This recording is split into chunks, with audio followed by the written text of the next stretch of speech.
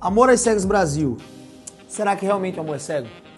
Vamos falar sobre mitos e verdades nesse vídeo agora e a visão bíblica sobre esse assunto e ao mesmo tempo sobre essa perspectiva do reality da Netflix.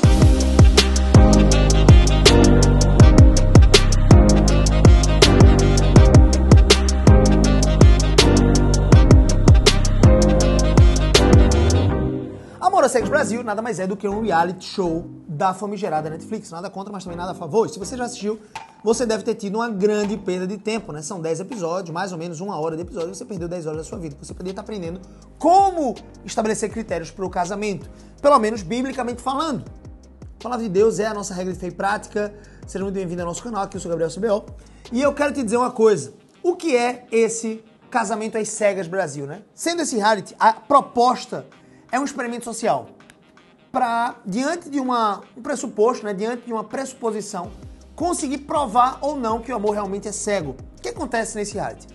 Mais ou menos, aqui eu vou chutar o número, tá? Eu não sei precisamente, aqui não é um review da série, não é nada disso. Eu nem encorajo você a assistir, se não para aprender como não fazer. Tá bom? Se você quiser aprender como não fazer, você vai lá assistir.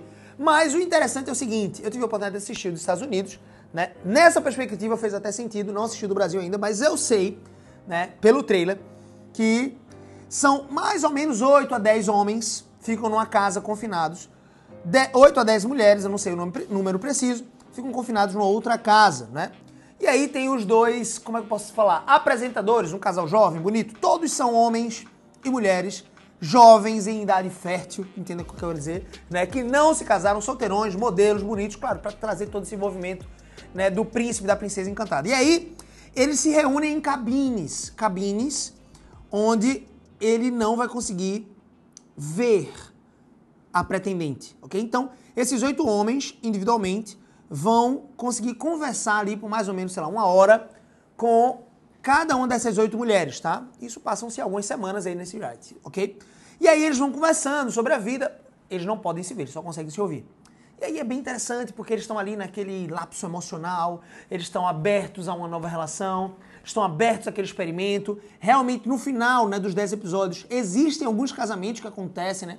Tudo é programado pelo reality, então o casamento, o vestido, tudo isso é programado. O que acontece? Então eles vão conversando entre si, então cada um tem um momento para conversar com cada pretendente.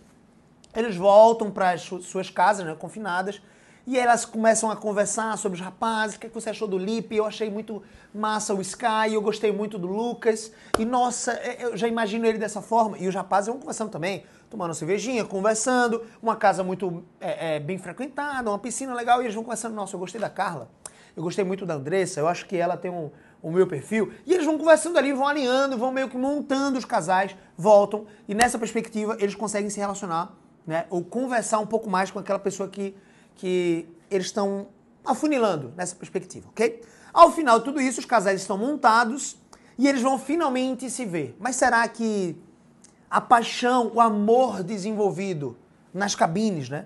Conhecer a pessoa ouvindo sobre ela, vai resistir à aparência? Todos são bonitos, então, ok. São bonitos fisicamente.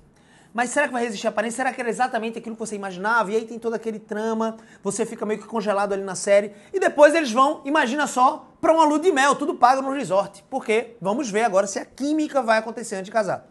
Como se isso fosse um padrão de excelência. Como é que eu vou... Alguns amigos falavam isso. Gabriel, como é que tu vai casar virgem, cara? Como é que tu vai saber se aquela pessoa tem química com você, sexualmente falando? Meu filho, se esse fosse o método certo, todo mundo que fazia isso que vocês estão dizendo não separava não, filho. E o divórcio só faz aumentar aqui no Brasil, não é assim? Até parece que tá dando certo, não dá certo. Não é esse o caminho de Deus, não é isso que Deus tensionou. E aí você começa a entender uma coisa. Eles vão para essa lua de mel e começam a vir os atritos. O egoísmo, né? O orgulho latente, o não arrependimento, ok? Em relação a algumas falhas. E você começa a ver esses atritos. Alguns casais chegam realmente ao altar, se casam, e aí não sei se dura uma semana, vai ser mais breve do que o casamento de Britney Spears lá em Las Vegas, que durou menos de um dia.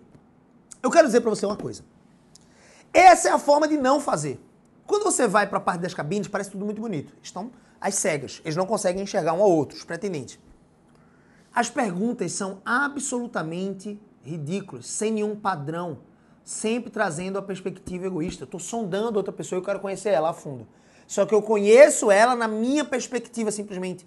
Eu não sondo com critérios objetivos, como a palavra de Deus nos diz. Olha só o que a palavra de Deus nos diz sobre a função do presbítero, que é um homem de liderança dentro da igreja. E entenda, quando o apóstolo Paulo, inspirado pelo Espírito Santo, lá em Timóteo capítulo 3, vai trazer os critérios que um presbítero precisa assumir, eu quero que você entenda isso.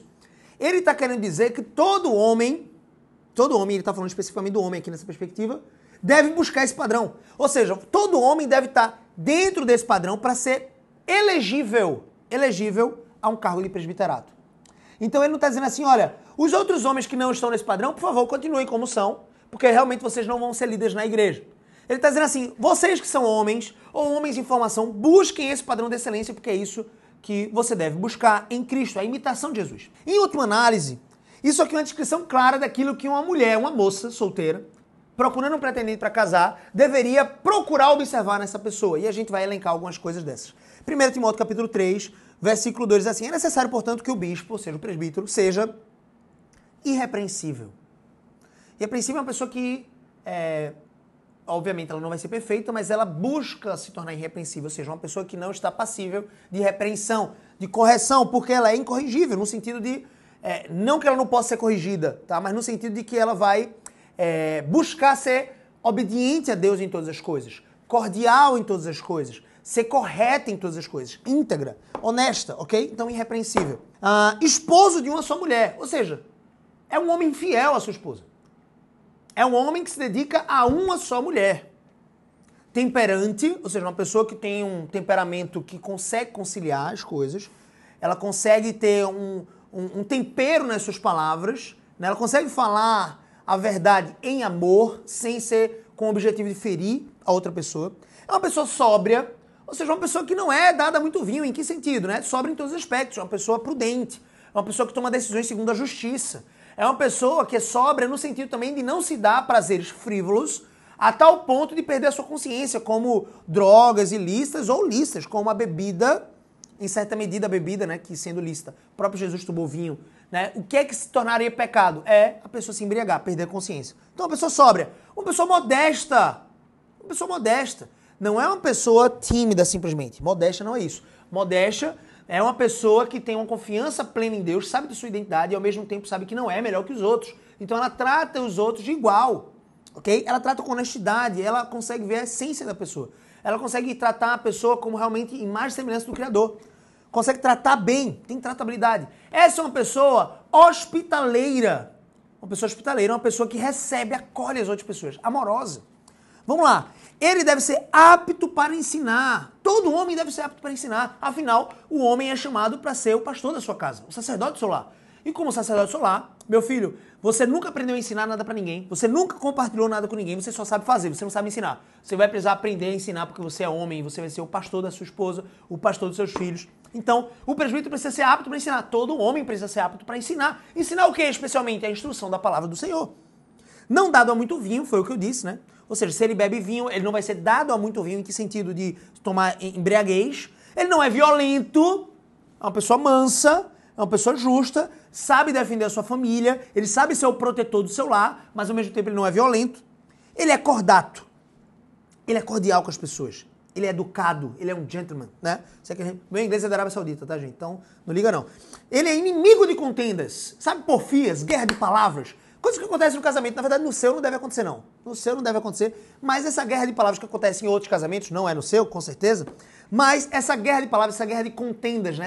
essas intrigas, essas brigas, ele foge dessas coisas. Foge em que sentido? É que ele vai fugir do problema? Não. É que ele vai tratar o problema da forma certa. Senta aqui, meu amor, vamos conversar, vamos alinhar. Não tem briga, não tem discussão exacerbada, não tem gritaria no meu lar. A gente vai conversar, a gente vai alinhar isso. Eu penso dessa forma, você pensa desse, vamos chegar num consenso, vamos ver o que a palavra de Deus diz. Então, é inimigo de contendas. Ele não é avarento. Imagina você estar casado com uma pessoa avarenta, hein? Uma pessoa que você precisa ajudar os seus pais, de repente, e o homem fica segurando ali o recurso, né? Ele não entende que o recurso é do casal, ele entende que o recurso é só dele. Entende? Não é avarento. Ele consegue administrar as riquezas, ele consegue pensar em patrimônio, na proteção patrimonial da família, mas ao mesmo tempo ele é solícito, ele é generoso, ok?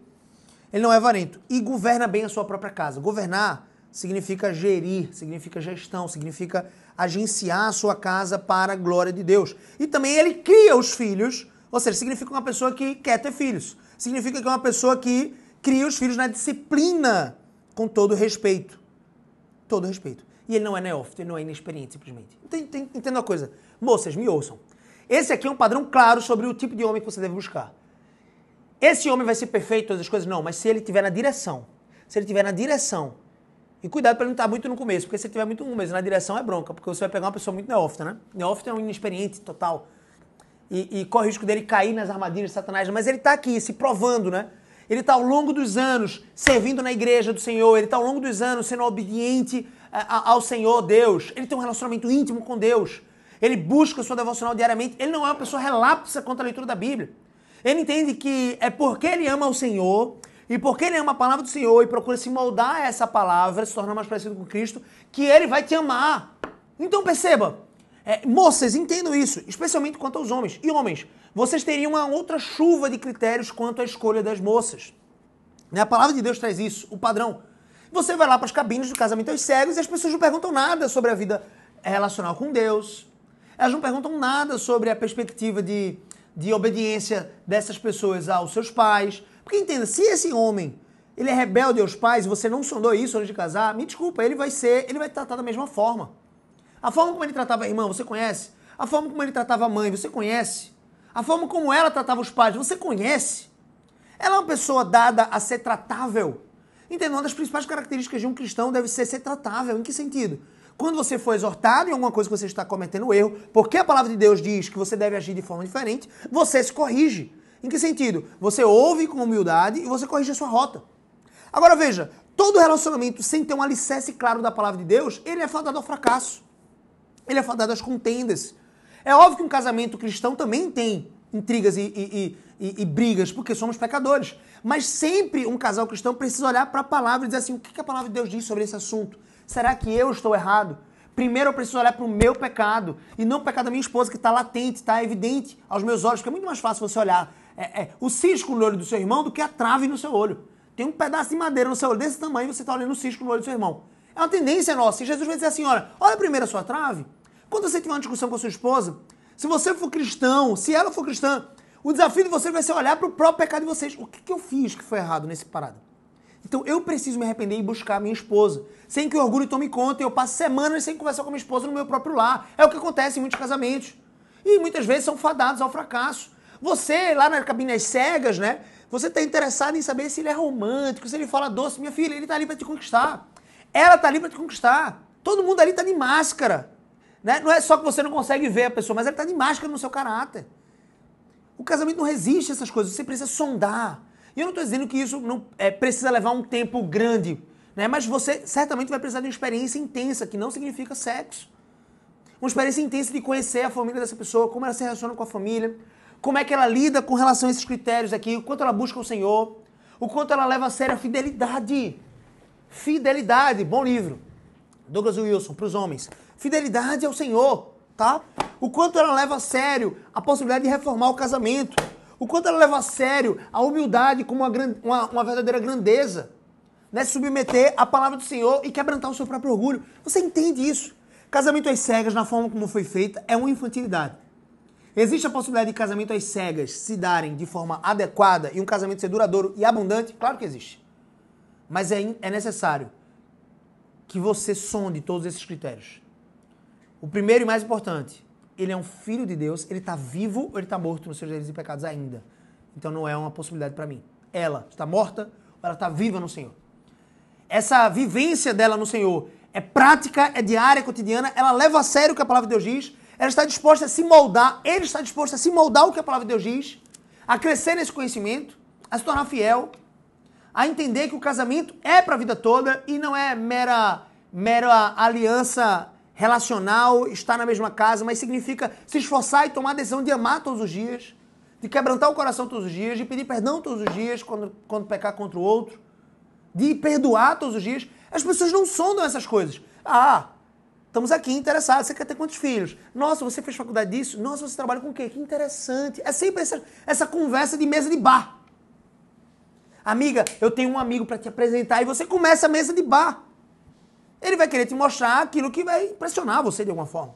Nossa, eu quero ter 3 filhos, é muito... Uau, caramba, 3 filhos, esse cara família, um cara legal. Nossa, minha mãe, é tudo pra mim. Como é que ele trata a mãe? Tem gente que tem a tatuagem com o nome da mãe aqui, ó. Aqui, e destrata a pessoa. Você tem que sondar todas as coisas. Para as mulheres, esses critérios também se aplicam em relação a ser cordial, não dar davinho, ser mansa, ser hospitaleira, ser acolhedora, ser irrepreensível. Isso também se aplica para as mulheres, tá? Não para o presbiterato, né? Mas para um padrão de excelência, de buscar a imitação de Cristo. Meus amigos, Casamento às Cegas, da forma que foi apresentado, é uma forma de como não fazer. De como não fazer. Se você quiser assistir os 10 episódios, 10 horas, vai ser uma grande perda de tempo. Ou, se você aplicar essas 10 horas na forma de aprender a como não fazer. E talvez caçoar e dizer assim, caramba, olha como eles estão fazendo. E olha como está fora daquilo que Deus tensionou. Ele é o Criador, o autor da nossa vida. E Ele estabeleceu tudo o que nós precisamos, aqui na sua palavra, para vivermos uma vida abundante, que glorifica Ele. E construir uma família, a partir de um casamento, que glorifica Ele. Essa é a minha intenção para você. Se você entendeu esse padrão, se você já veio assistindo o Casamento às Cegas e veio para esse vídeo, entenda o que a palavra de Deus diz. Tem muito crente assistindo e achando que, nossa, é por aí mesmo. Tem muito crente, sincero até, que não tem relacionamento nenhum com a palavra de Deus, não entende o que a palavra de Deus, não entende no sentido de não buscar entender o que a palavra de Deus diz sobre cada área da sua vida, que tem vivido o casamento às cegas por aí. E quando eu digo casamento às cegas ainda solteiro buscando um relacionamento que aqueça a sua carne pecaminosa, me permita isso. Se você veio do casamento às cegas, entenda o que a palavra de Deus diz sobre isso. Entenda como não pode dar certo. Entenda como o padrão de Deus não envolve nenhum tipo de experiência física antes do casamento. É sempre sobre o caráter, sobre como a pessoa encara essa perspectiva de vida. Ok? Então compartilha com seus familiares e amigos, compartilha no seu grupo de casamento, de repente, e vamos junto até depois do fim. Se inscreve, né, no canal aqui, ativa as notificações, clique em gostei, uma forma de você ajudar o nosso canal. Comenta o que é que você achou, se você assistiu Casamento às Cegas ou não, se você vai assistir, comenta qual é a sua perspectiva. Se você conhece alguém que tem vivido essa perspectiva, né, quase o Casamento às Cegas, com a pessoa que ela está vendo, mas ela ignora todos os princípios bíblicos sobre como escolher um homem de Deus, sobre como escolher uma mulher de Deus. Ok? Compartilhe isso comigo, manda direct lá no meu Instagram, vai ser um prazer conversar com você. Me segue, Gabriel CBO, lá no Instagram. Tem podcast, tem canal do Telegram, tem Facebook, tem TikTok, tá? Várias outras redes sociais aí. E também se inscreve aqui no canal do YouTube, toda semana, vídeo novo pra vocês. Tamo junto, cheio no coração, vamos pra cima, valeu!